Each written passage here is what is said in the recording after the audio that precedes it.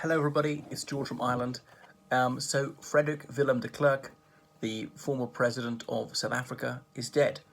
So F.W. de Klerk died today, 11th of November 2001, at home in South Africa.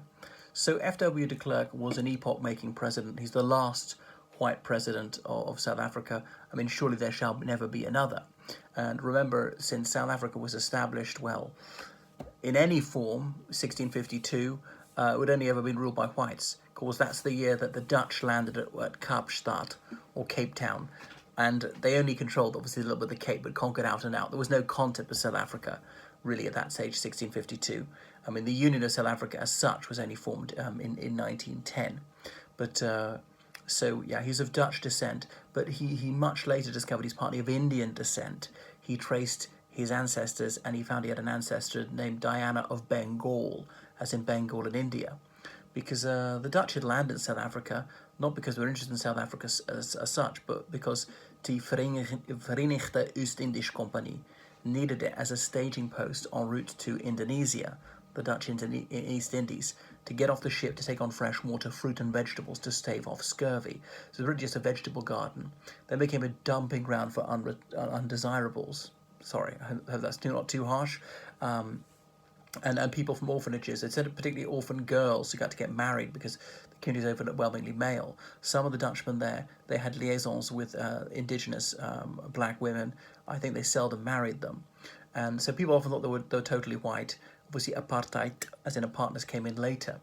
And the people who thought they were completely white sometimes had a child who turned out to be black. There was a famous case of this in the 1950s. A woman born to Afrikaner parents who were fervent believers in apartheid, and she manifested these black genes, which had been sort of dormant in the family for several generations. So clearly some people who have mixed race ancestry were accepted into the mainstream Afrikaner, that's a Dutch-speaking community. And F.W. de Klerk was one. Had it been known in apartheid that he had an Indian forebear, he might have been classified as non-white. So he kept that quiet. I read his autobiography, The Last Trek, A New Beginning. So I suppose I should talk more about him and not just about his ancestry. But when the British conquered it, because it belonged to the Netherlands in the Napoleonic Wars by 1800, the Netherlands being briefly a French ally, that's when South Africa started to be a British possession. And the British and the Dutch had pushed further into the hinterland, defeating the native nations and annexing them to the South Africa. The Cape Colony, as in the area around Cape Town, was what Britain was interested in initially. Then there's Natal on the east coast, as in some Portuguese sailors spotted it on Christmas Day many centuries before and call it Terra Natalis, as in the land of the birth, as in birth of Jesus Christ. And eventually, when the British conquered the Cape Colony, and they said, no, you can't hold people in slavery because the Afrikaners, as in Dutch-speaking whites, had enslaved some of the autochthonous people. And so the Dutch saying, we're not having our liberty taken away from us, as in our liberty to take away liberty from others and hold them in thraldom. So they went on the great trek, the Vuurtrekkers. As in the far trekkers, went further north, founded their new statelets inland, the Orange Free State and the Transvaal Republic. Then there were the two Boer Wars, as we call them. Hello, Mr. Firestone. Anyway, so F.W. de Klerk was born in 1936 to Afrikaner parents. Obviously, Afrikaans, i.e. Dutch, was his mother tongue. He went to Potchefstroom University, where he acquired absolute mastery of English, which was highly unusual at the time. And he said he wanted to be a lawyer fighting for justice. It might astonish you then that he believed in apartheid. So there'd been racist laws in South Africa in the colonial period and the post-colonial period. Different areas, black people had to live there, white people had to live there, and so on. So not to be going to the same school as each other, although they weren't actually banned from going to the same university. Nelson Mandela went to Witwatersrand University in the 1940s before any racial ban was in. And although it was open to all races, there were very, very few black students there in a country that's overwhelmingly black. The official languages were Afrikaans and English, so the whites, either growing up speaking Afrikaans or English, obviously had a huge advantage over those who didn't have Afrikaans or English as their mother tongue. So he got involved in the National Party, F.W. de Klerk, and the National Party was the governing party of South Africa, had believed in Afrikaner nationalism. But the whites were such a small minority, only 20% of the population, that they had to sort of make common cause with those of British stock. a sort of pan-white alliance. And so apartheid as such came in 1948, but there had previously been some racially discriminatory laws, and whilst all white men could vote, very few black people could vote, and after 1948 that was taken away from them altogether. And then there was this intermediate category, people who were mixed race, so miscegnation was outlawed. Hello, Miss Janine Marie. Well, thank you so much for your laudatory comment.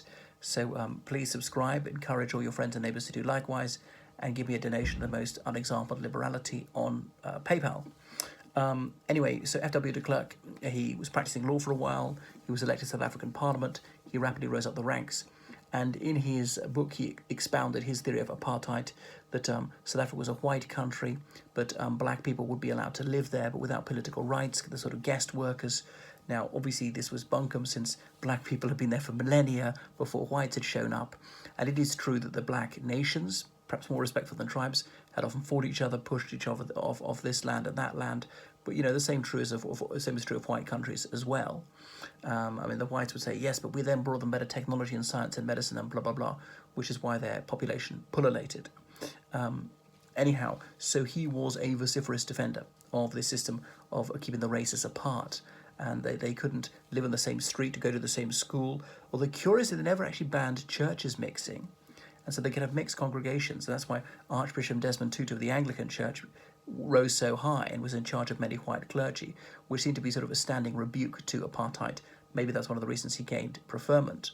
And what else? You couldn't have mixed race teams. A white team couldn't play a non-white team in any sport, which eventually led South Africa being banned from international sports because they wouldn't play teams with non-white players, and on and on. So separate compartments in the trains and buses and all this nonsense, and parks and beaches and swimming pools and so forth. This really was white privilege that was being entrenched by law. He said, yes, but we're a separate nation and we're national self-determination. We've chosen to live apart. So homelands, Bantustans, were set up for the indigenous black peoples, but these are very tiny. The Group Areas Act had apportioned 87% of South Africa's land to the whites, who were about 20% of the population, and it tended to be the more fertile farmland and the land which was richer in mineral resources. So unsurprisingly, the black majority were not happy about being disenfranchised and dispossessed in every way. And the ANC, African National Congress, started going, peacefully campaigning for 50 years for their rights, but this inequitable situation persisted. The South African government was unwilling to even meet them. So after half a century of fruitless endeavour, they decided they would have to take up arms and have a campaign of sabotage, setting off bombs, initially the objective of not killing anyone, of only damaging property, but eventually came to killing people. So anyway, F.W. de Klerk became president, and he saw the writing was on the wall in 1990. The Cold War was coming to an end.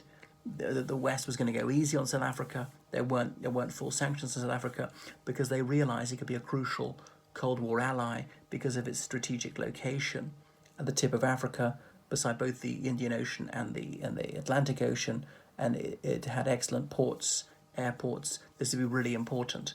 But with the Soviet Union dissolving, it no longer mattered so much. Sanctions had really bitten. The South African rand, the currency had fallen by a third in value, so that they couldn't persist. And that's why he decided to release Nelson Mandela. Mandela actually wasn't on Robben Island back then. He was in a mainland prison, had been for some time. And I've read The Long Walk of Freedom. So Nelson Mandela was held in considerable comfort, living in a cottage in the prison grounds, allowed to wear smart suits, served wine, had a white manservant tending to his every need. And various Commonwealth dignitaries brought in to meet him, ANC old-timers, and they were astonished, saying, Madiba's gone soft. So why had they done this, treated him with such extraordinary liberality? I think it was possibly to upset the ANC and sow doubts in their mind. They think that he sold out. Why are they treating him so well? He must have cut some secret deal with him, or has he lost his mind? But anyway, Mandela was set free. The ANC was allowed to exist. It had been outlawed previously, and on and on. And beginning the transition to democracy and delicate negotiations, he and Nelson Mandela were then co-laureates of the Nobel Prize for Peace. I suppose he just saw the situation was unsustainable, F.W. de Klerk. He'd held a referendum which only whites were allowed to vote. 60% of whom voted for this transition to multiracial democracy. So previously, most whites had been in favour of apartheid, let me be frank. say, well, you look at all the other countries which had transitioned to majority rule, and they went to the dogs very quickly. Look at Zimbabwe, with the sort of economic implosion and tyranny, and Mugabe killing several thousand civilians only 2 years after coming to office. Anyway, so that was happened, and F.W. de Klerk, who's actually briefly deputy president. So he was maybe quite media savvy, the more acceptable face of South Africa, even under apartheid, as opposed to the really verkrampte apartheid supporters. What else? He was married, he had a few children. Then he divorced his wife just after the fall of apartheid, and he married this Greek South African woman with whom he'd been having an affair, scandalised the rather puritanical society from which he came. So whites was up to 16% of the population in South Africa when apartheid fell in 1994. They're now about 8%. A lot of whites have left the country, the bourgeoisie, for example, because because they're more likely to speak English or have qualifications to get them jobs, move to Australia, to the UK, actually often their British ancestry, so found it easy to get ancestry visas. The Afrikaners, that's way too far back. The Netherlands won't take them. So many of them are working in the Middle East, things like that. And obviously the black community's got a higher birth rate and their life expectancy is catching up. Whites had far better health care, more food and everything else. They lived much longer, but that's levelling off. So there's this myth that there's white genocide. Well, the things went very badly under Mandela in some ways, in terms of having the highest murder rate in the world, just about. So that's F.W. de Klerk, who surely made the right decision. The situation was untenable. Possibly he did make it for high-minded reasons. He knew you either give this or be taken, and be much bloodier if you don't give in willingly. So he's obviously up to his neck in crimes beforehand, because the South African security forces, they did kill a lot of civilians. Torture was used on quite a wide scale. People would disappear, not legally arrested, just grabbed by a police unit led by Kobus de Kok. Boss, that's Bureau of State Security, was bumping off apartheid opponents abroad, like Ruth First. So F.W. de Klerk is guilty of abetment of all of this. He was at the very least complicit in this, and he would know as a lawyer that connivance of such crimes, expediting them in any wise, makes him also criminally culpable. That's him. He did do some good at the end, though possibly not for the right reasons. So please follow me on Twitter, on Instagram, TikTok, and so forth. Book online lessons in history, politics, religious studies, English language, English literature, English as a foreign language, French, law, geography, citizenship, is anything else. I help people with essays, dissertations, theses, and so forth, and give people interview practice, elocution lessons, anything like that nature. And I am a hello, good evening. Thank you, Audrey Forbes Hamilton. I've never seen Forbes with a double small F. I have seen French, French, with a double small F like that. I wonder where that spelling comes from. So, yes, I try to be learned. I have opened a book once. So signing off now. Make sure you subscribe. See my English Law channel as well. I've also got my British Poesy channel, in which I declaim some of my favourite poems. So book a guided tour of Londinium now that you can travel. Toodaloo, goodbye.